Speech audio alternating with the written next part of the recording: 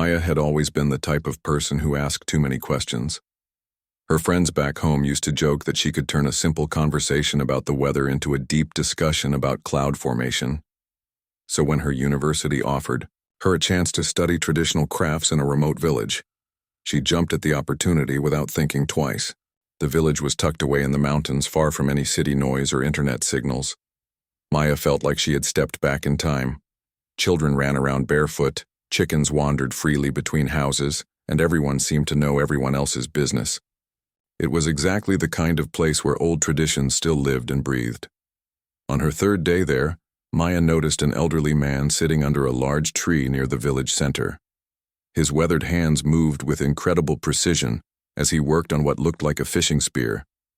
Maya had seen fishing spears in museums before, but watching someone actually make one was completely different. The old man, who everyone called Uncle Tom, had been making these tools for over 40 years. Maya approached slowly, not wanting to disturb his work. Uncle Tom looked up and smiled, gesturing for her to come closer. His English was limited, but his eyes sparkled with the kind of intelligence that doesn't need many words to communicate.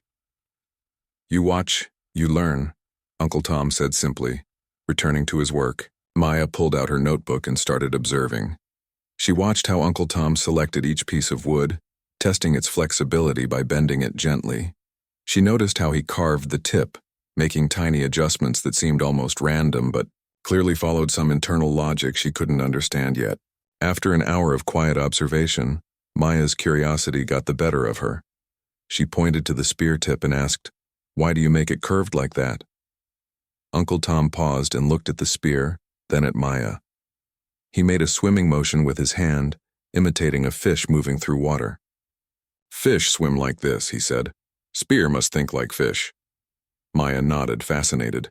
She had studied basic physics in college and understood how water resistance worked. "What if you made the curve a little sharper here?" she asked, pointing to a specific spot. "It might cut through water even better." Uncle Tom studied her suggestion carefully. He held the spear up to the light, turning it slowly. Then, to Maya's surprise, he picked up his carving tool and made a small adjustment exactly where she had pointed. They tested the modified spear in a bucket of water, moving it back and forth. The difference was subtle but noticeable. The spear moved more smoothly with less effort. Uncle Tom's face broke into a wide grin. "Good, good," he said, patting Maya on the shoulder. "You have eyes like craftsmen." This simple interaction opened something between them. Maya realized that her outside perspective, combined with Uncle Tom's decades of experience, created something neither of them could achieve alone. It wasn't that Maya's modern knowledge was better than Uncle Tom's traditional wisdom. It was that together, they could see things differently. Over the following days, Maya found herself returning to the tree every morning. Uncle Tom would already be there, working on various projects. Sometimes it was fishing spears. Other times it was arrows for hunting, or handles for farming tools. Each time, Maya would watch, ask questions, and occasionally offer suggestions. What amazed Maya most was how Uncle Tom never dismissed her ideas, even when they seemed unusual. He would consider each suggestion seriously, sometimes trying it out immediately, other times thinking about it for days before making changes. Maya learned that traditional craftsmanship wasn't about blindly following old methods. It was about understanding principles so deeply that you could adapt and improve when new insights came along. One morning, Maya watched Uncle Tom struggling with a particularly difficult piece of wood. The grain was running in an awkward direction, making it hard to carve smoothly. Maya remembered something from her materials science class about working with wood grain. "What if you heated it slightly first?" she suggested. "Sometimes heat makes wood more flexible." Uncle Tom looked skeptical but curious. They built a small fire and held the wood near the flames, not close enough to burn it, just warm enough to soften the fibers slightly. When Uncle Tom returned to carving, the tool moved through the wood like it was cutting butter. "How you know this?" Uncle Tom asked, genuinely amazed. Maya explained about wood fibers and how heat affects them. Uncle Tom listened intently, nodding as he absorbed this new information. Then he shared his own knowledge about different types. of wood, which ones worked best for different tools, and how to read the natural signs that told him whether a piece of wood would be strong or weak. These exchanges became the highlight of Maya's days. She realized she wasn't just documenting traditional crafts, she was participating in their evolution. Every question she asked, every suggestion she made, and every explanation Uncle Tom gave was adding something new to an ancient tradition. The most remarkable thing was watching how the tools themselves seemed to improve through these conversations. Each spear, arrow, or handle that Uncle Tom completed incorporated not just his traditional knowledge, but also the insights that had emerged from their discussions. The tools were literally growing more sophisticated through their collaboration. Maya began to understand that this was how human knowledge had always developed. Not through solitary genius, but through curious minds meeting, sharing ideas, and building on each other's understanding. She was witnessing something as old as humanity itself, the beautiful process of learning and growing together. As the days turned into weeks, Maya found herself completely absorbed in the daily rhythm of village life. Every morning, she would wake up to the sound of roosters crowing and children laughing as they ran to school. But what excited her most was the prospect of spending another day learning from Uncle Tom under the old tree. Their partnership had evolved into something beautiful. Maya would arrive with her notebook full of questions from the previous day, and Uncle Tom would greet her with a warm smile and whatever project he was working on. Sometimes he would have already incorporated one of her suggestions from days before, showing her how he had modified a technique or improved a design. One particular morning, Uncle Tom was working on a fishing net. Maya had never seen anyone make a net by hand before. The process seemed impossibly complex. Hundreds of tiny knots, each one perfectly spaced and tightened just right. Uncle Tom's fingers moved like they were dancing, creating patterns that looked almost like artwork. "This take many days," Uncle Tom explained as Maya watched in fascination. "My grandfather teach me when I was small boy. His grandfather teach him. Very old way." Maya studied the knots carefully. She had learned about different types of knots in her engineering classes, though she had never thought much about their practical applications. As she watched Uncle Tom work, she noticed that some sections of the net seemed to have different knot patterns than others. "Why do you change the knot style here?" Maya asked, pointing to a section where the pattern looked different. Uncle Tom paused his work and held up that section of the net. "Big fish here," he said, indicating the center. "Need strong knots. Small fish here." He pointed to the edges. "Need different knots. Each knot has job." This explanation fascinated Maya. She realized that what looked like a simple fishing net was actually a sophisticated piece of engineering, with different sections designed for different purposes. It reminded her of the stress distribution principles she had studied in her materials science courses. "What if we tested the strength of different knots?" Maya suggested. "We could see which ones work best for different situations." Uncle Tom looked intrigued by this idea. Together, they spent the afternoon creating small samples of different knot types. Maya showed Uncle Tom how to measure the force needed to break each knot by hanging weights from them. Uncle Tom showed Maya traditional techniques for tying knots that she had never seen before. The results surprised both of them. Some of the traditional knots that Uncle Tom had been using for decades were incredibly strong, even stronger than some of the knots Maya had learned about in engineering class. But Maya's systematic approach to testing revealed that certain combinations of knots could be even more effective. "Your grandfather, very smart man," Maya said as they looked at their test results. "These old knots are amazing." Uncle Tom beamed with pride.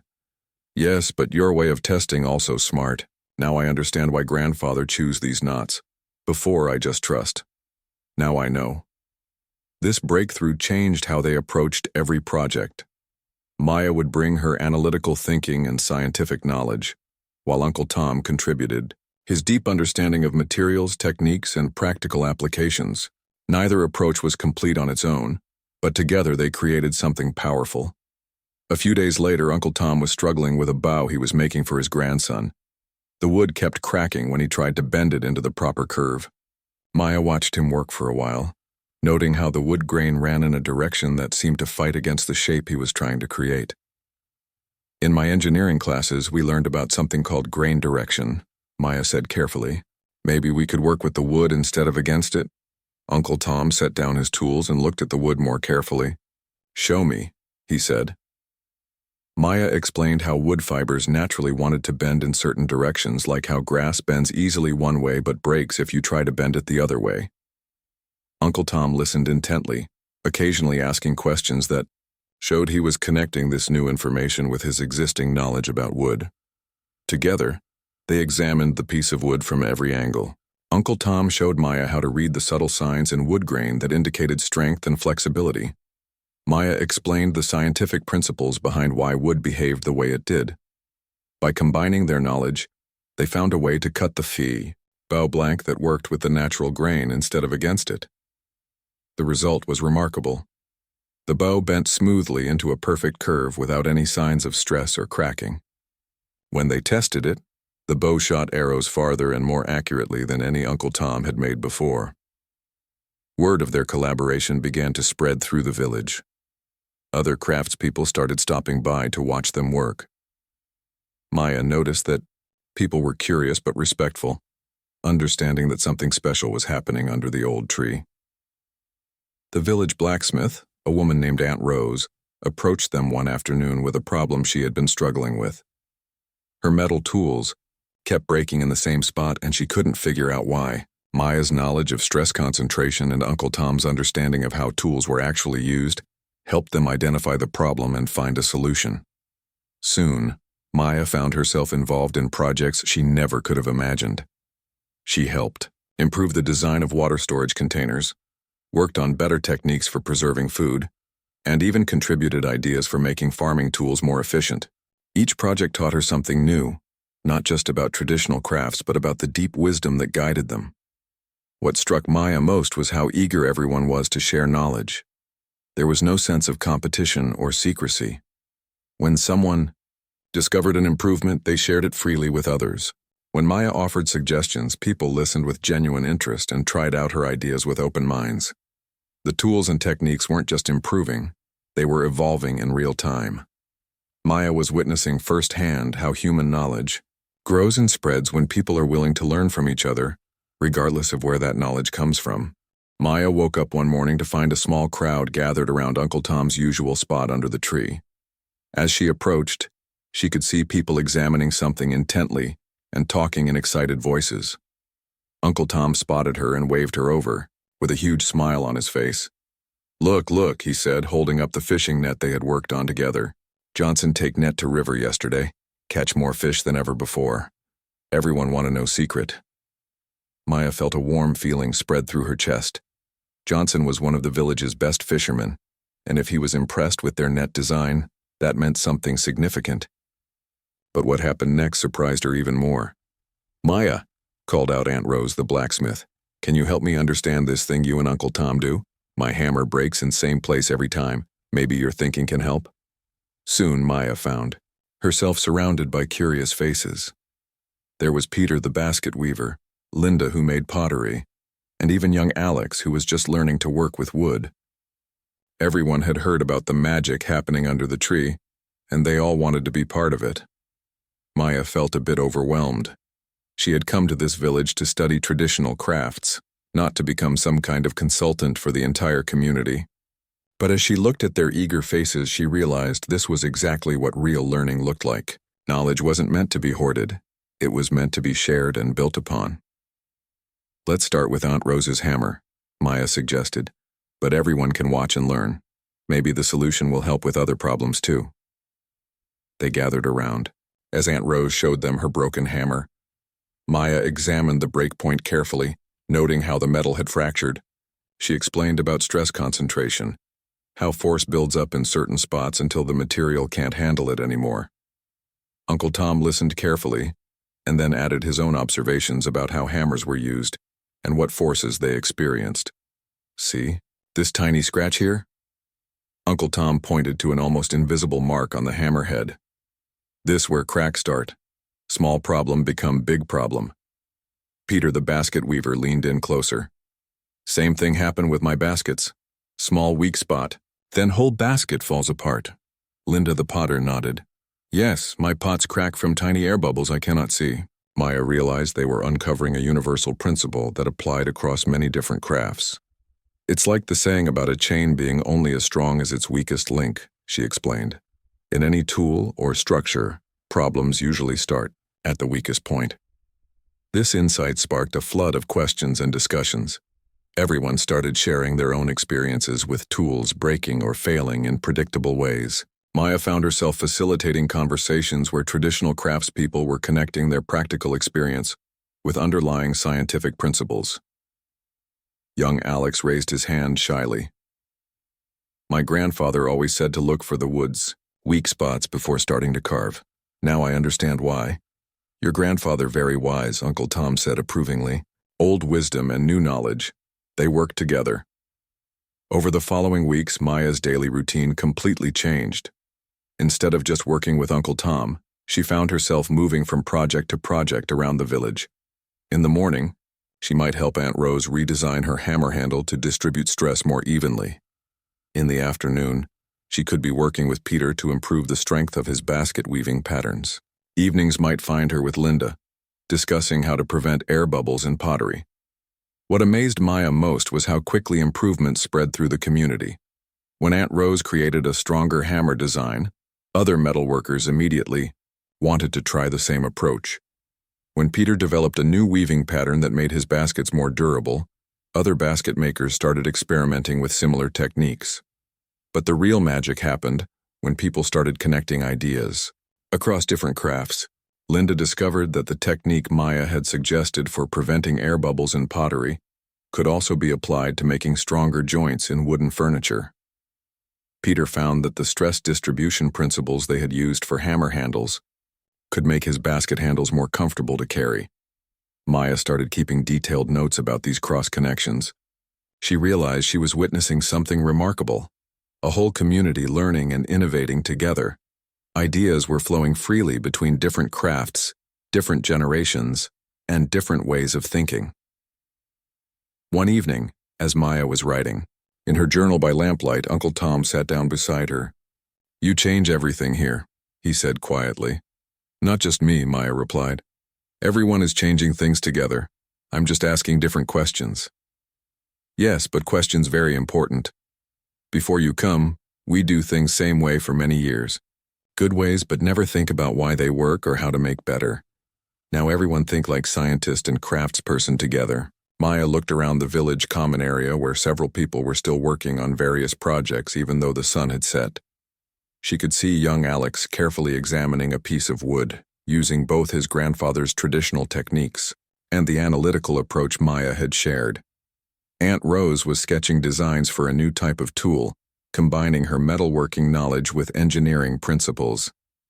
The amazing thing is that everyone's traditional knowledge was already so sophisticated, Maya reflected. I'm not teaching people new techniques. I'm just helping them understand why their old techniques work so well, and how that understanding can lead to improvements. Uncle Tom nodded sagely. My grandfather say, good tree has strong roots but always growing new branches. Old knowledge is roots. New ideas are branches, need both for tree to be healthy. Maya smiled at this wisdom. She was beginning to understand that innovation wasn't about replacing old ways with new ones.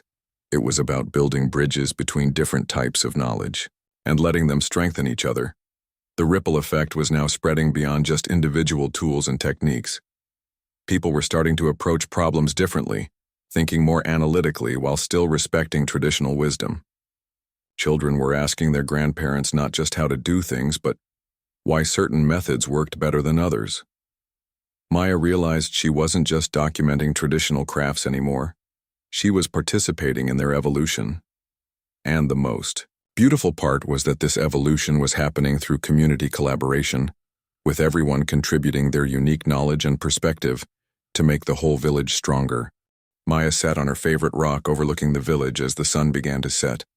Her notebook lay open on her lap, filled with sketches, observations, and ideas that had accumulated over the past 2 months. What had started as a simple research project had turned into something she never expected. She was no longer just studying traditional crafts. She was living them, breathing them, and somehow becoming part of their evolution. As she flipped through the pages, Maya began to see patterns she hadn't noticed before. Every single improvement that had emerged in the village followed a similar path. It always started with someone encountering a problem or limitation. Then came the crucial moment. Instead of just accepting the problem as how things are, people began asking why and what if. Take Johnson's fishing experience, for example. He had been using the same net design for 15 years. It worked fine, caught fish, fed his family.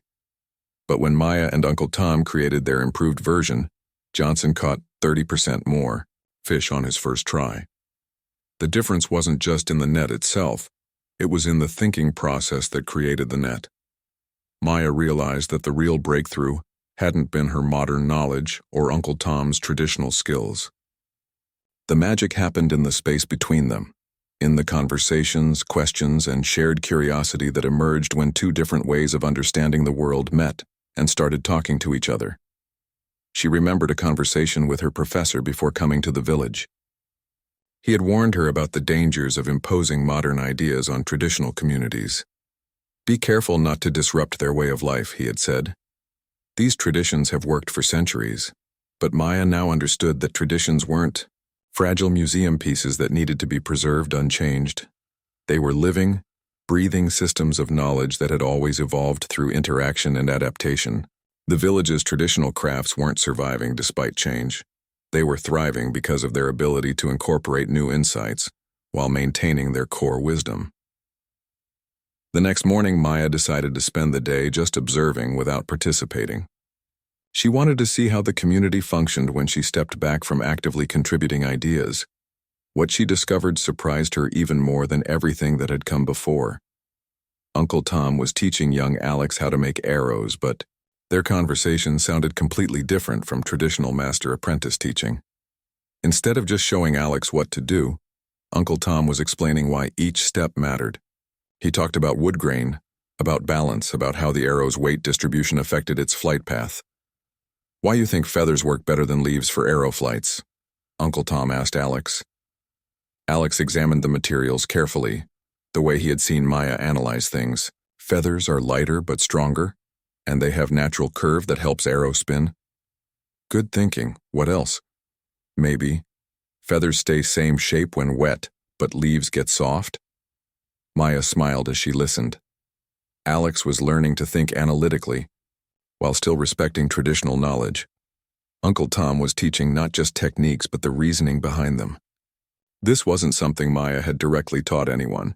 It had emerged naturally as the community embraced a more curious approach to their crafts.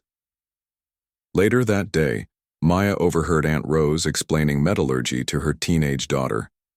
She was describing how heating and cooling metal affected its strength, using examples from their improved hammer designs.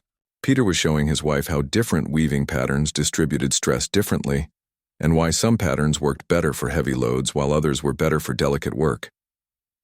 Knowledge wasn't just flowing from Maya to the villagers or from older generations to younger ones. It was flowing in all directions, between crafts, between generations, between different ways of understanding the world. Everyone had become both a teacher and a student. That evening, Maya joined the usual gathering around the village fire pit. These informal evening conversations had become one of her favorite parts of village life. Tonight, the discussion centered around a problem young Alex was having with a wooden bowl he was carving. The wood keeps splitting right here, Alex explained, showing everyone the crack that had appeared. I tried Uncle Tom's technique for preventing cracks, but it still happened. Instead of immediately offering solutions, the group began asking questions. What type of wood was he using? How had he prepared it? What tools was he using? How was he holding the wood while carving?